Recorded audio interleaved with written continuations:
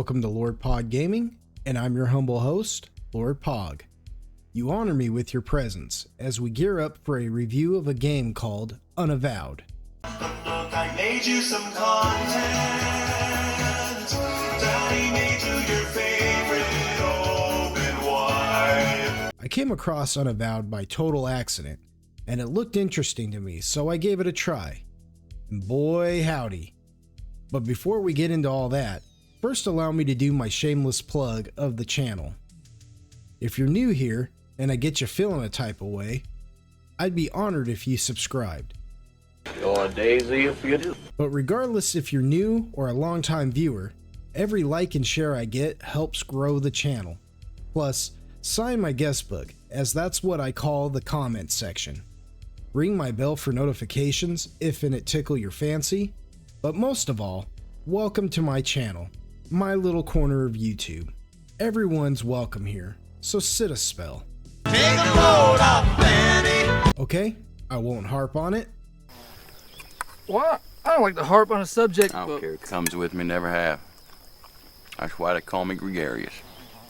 Join me, will you, as I review Unavowed, a love letter to the Call of Cthulhu. First released in 2018, Unavowed was developed and published by Wadjet Eye Games. Written, designed, and programmed by Wadjet Eye Game founder Dave Gilbert, he originally wanted Unavowed to be on the Unity. However, the unfamiliarity of Unity proved to be a hill too hard to climb. So instead of Unavowed being in 3D, Wadjet Eye went on with 2D on the Adventure Game Studio engine instead, which didn't really hurt it in the long run. Unavowed has been around for a while now, which traveling back through time to review older games is sort of my thing. No, it's not like that. That's not what I'm like. And what are you like? I don't know, Gandalf. But a space Gandalf. Or the little green one in Star Wars, Wom. You really are not. You are a bloke. It has garnered itself mostly positive reviews. As mentioned before, I personally came across Unavowed just recently, but it looks as though Wadjet Eye Games has been around since 2006.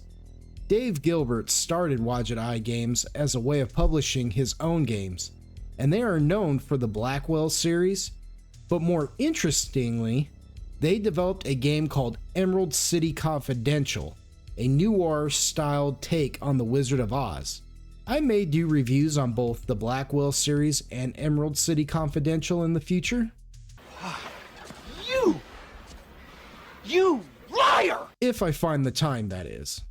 As for Unavowed, it has been complimented for its art direction and storytelling, crafting a believable world that feels like it belongs in the Call of Cthulhu campaigns.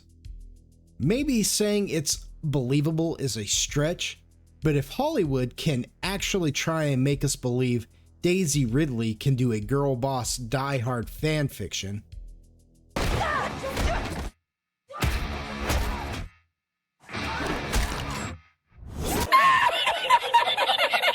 then yes, I most certainly can believe in ghosts, demons, and fire elementals terrorizing New York City. Adventure gamers, They said Whoville. yeah. That adventure gamers gave Unavowed 5 stars. Metacritic gave it an 87 out of 100. GameSpot gave it a 9 out of 10.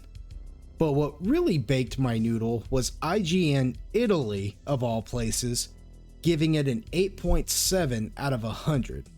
To be clear, it's not the rating that confounds me, but IGN Italy.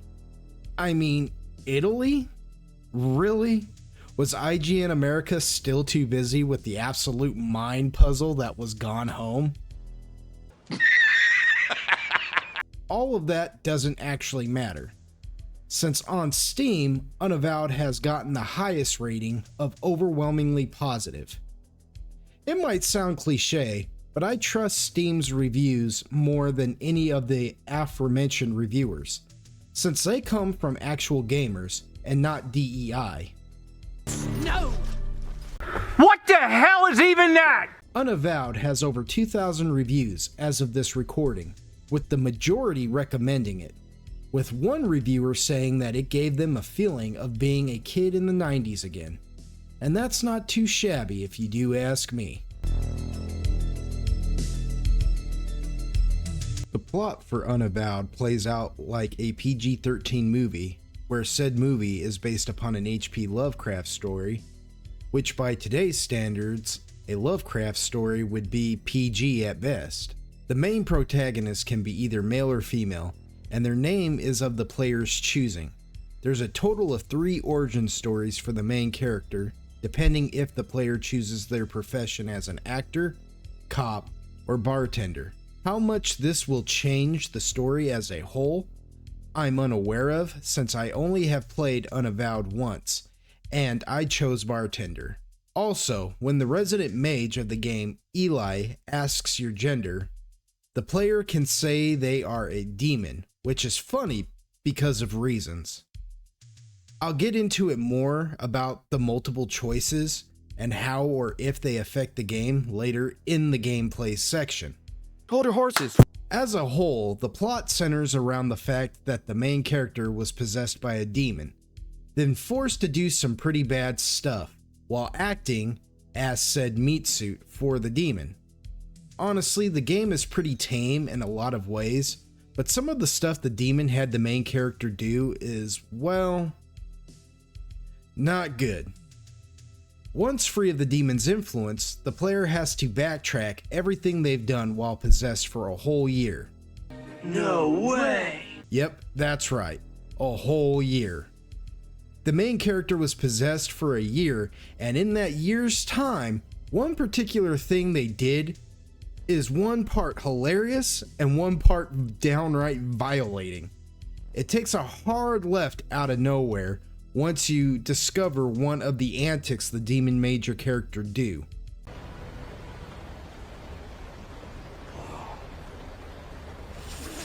And I was laughing and vowing revenge at the same time. With the help of the secret organization known as the Unavowed, the main character is able to break free of the demon's control. The Unavowed are like the Men in Black, only for the supernatural rather than the extraterrestrial. There's Eli Beckett, a fire mage who's basically John Constantine, only not a bitter, cynical alcoholic. Damn! For the record, I like Constantine, and before anyone out there says he wasn't an alcoholic in the movies, Oh, well, allow me to retort. try reading his actual comic book run. The movie was good, but not very accurate to the character in the comics. As a character, I really like Eli. He's got one of the more deeper backstories in the game, where his ability to control fire, while awesome, proves to be a personal curse for him. That has quite literally put a target on his back, leaving him no choice but to live in a sort of isolation, giving Eli a sort of melancholy that translates well through his dialogue. Mandana is another of the Unavowed that the player will meet in the beginning, and while her backstory as a whole isn't as deep as Eli's, she's a djinn who's been around for hundreds of years, and so in place of the deep backstory, she instead has tons of lore. Asking Mandana what her knowledge of any location visited throughout the game usually results in her lore dumping. Inquiring minds want to know. Like when she mentions she remembers when Wall Street really was just a wall, or how she can still hear the cannon fire in another place you go to. Another trope of hers is the fact that Mandana is a walking lie detector, as she herself can tell no lies, neither can she be lied to. This makes her a bit abrasive at times, as she always speaks her mind, but she can be blunt, which causes her to come across as unfeeling or emotionally detached. Together, Eli and Mandana play off one another well, as they both work well at keeping one another grounded. There's a lot of moral forks in the road that spring up and slap the player in the chops. Yikes! And away! That depending on how either Eli or Mandana feel, present these quandaries of choice that the player must make, and Mondana sometimes in these moments, despite her nature, serves to be the more emotional and or voice of reason, even though Eli is supposed to be the mortal and more in tune with his emotions. Yet Eli serves to keep Mondana from becoming too detached, acting as an anchor for her at times. There are other recruits that will be met along the way, each with their own strengths and weaknesses, not to mention a list of wacky supernatural characters.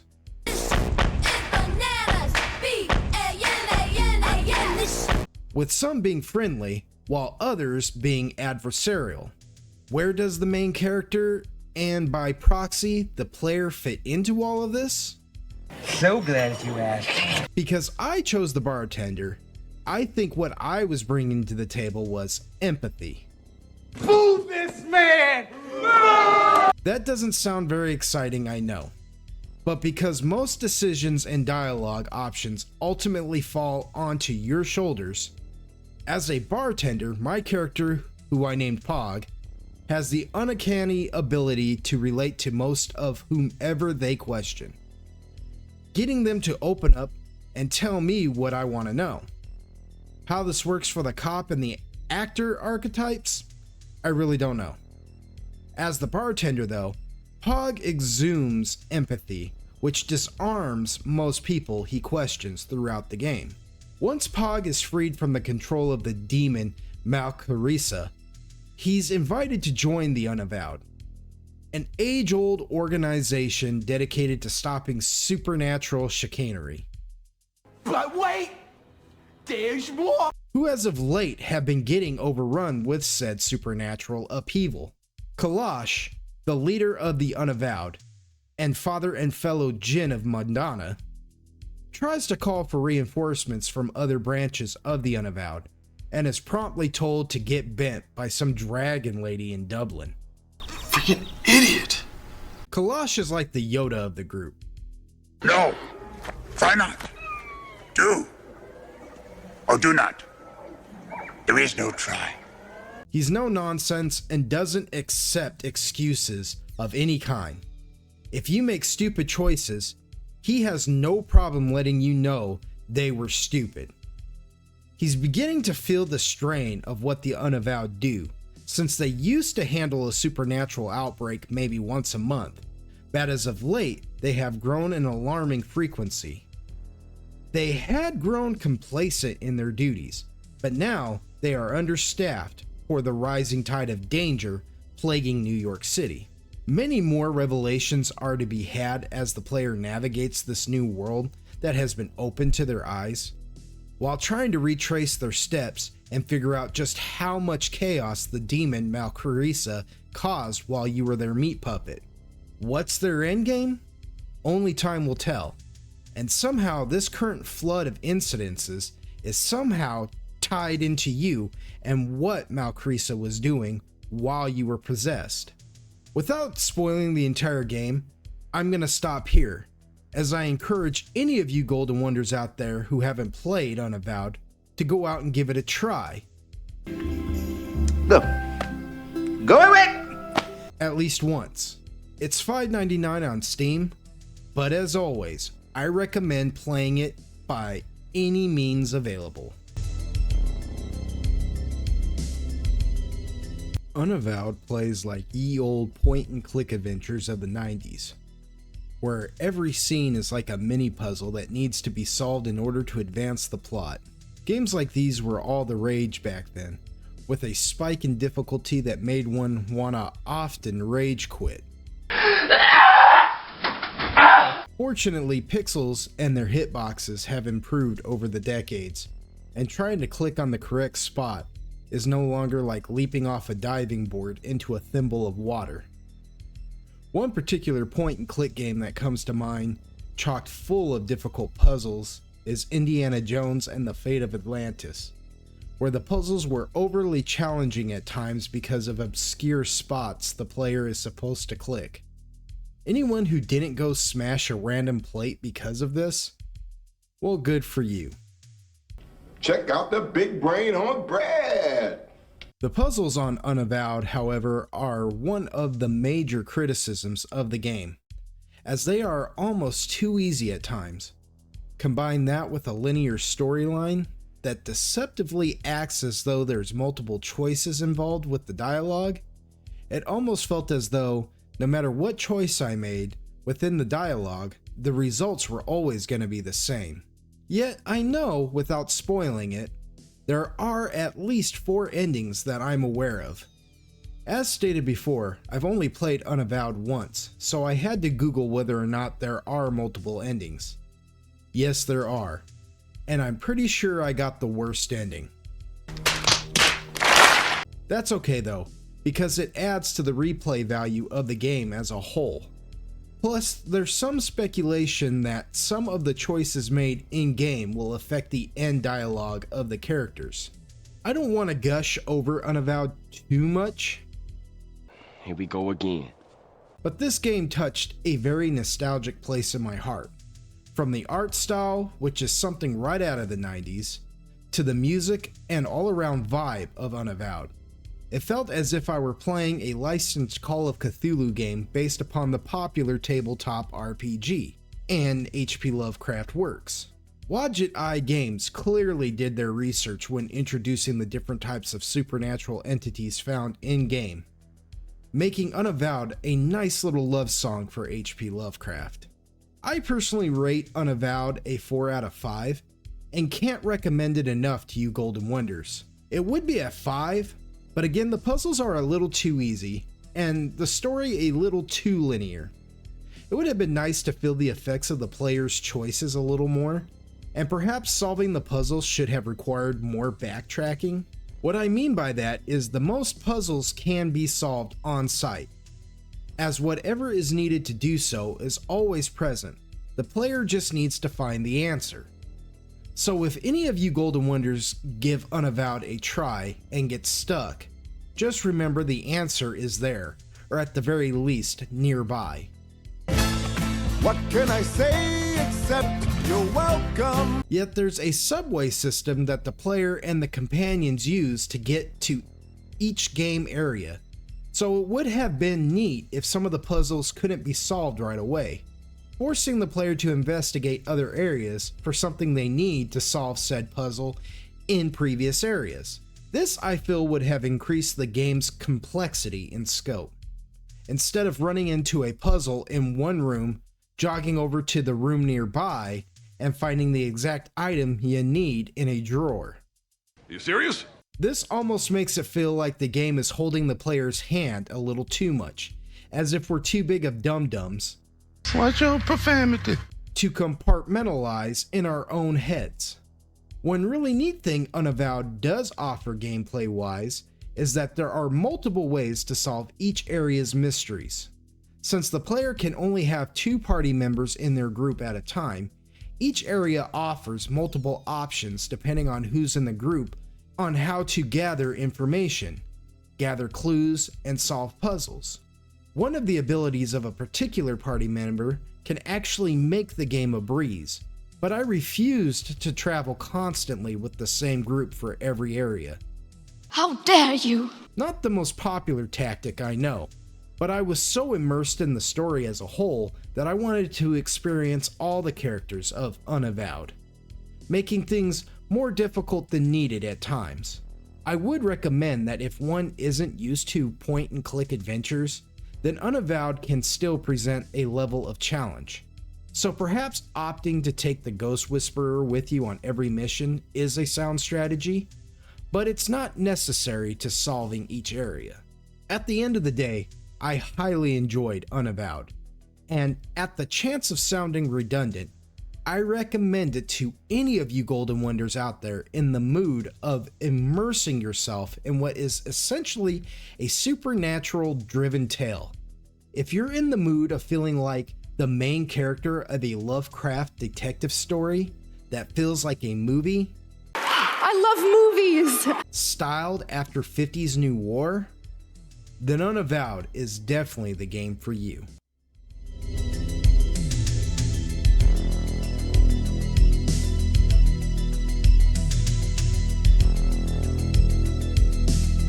I want to thank y'all for going on yet another ride with me.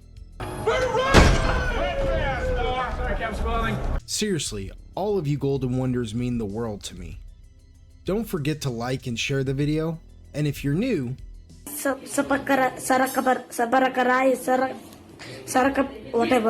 free to subscribe as well. Ring my bell for notifications and sign my guest book. Had any of y'all ever heard of Unavowed before this video, or played it before? Let me know about it in the comments when you sign the guest book. And remember, we may not always agree on these real-world divides, but it's our love of gaming that brings us together here and puts us on equal ground. Just know that from my very heart and soul, I love y'all, and I would fight any horde or foe by your side. All are welcome in my lobby. Y'all come back now and stay golden.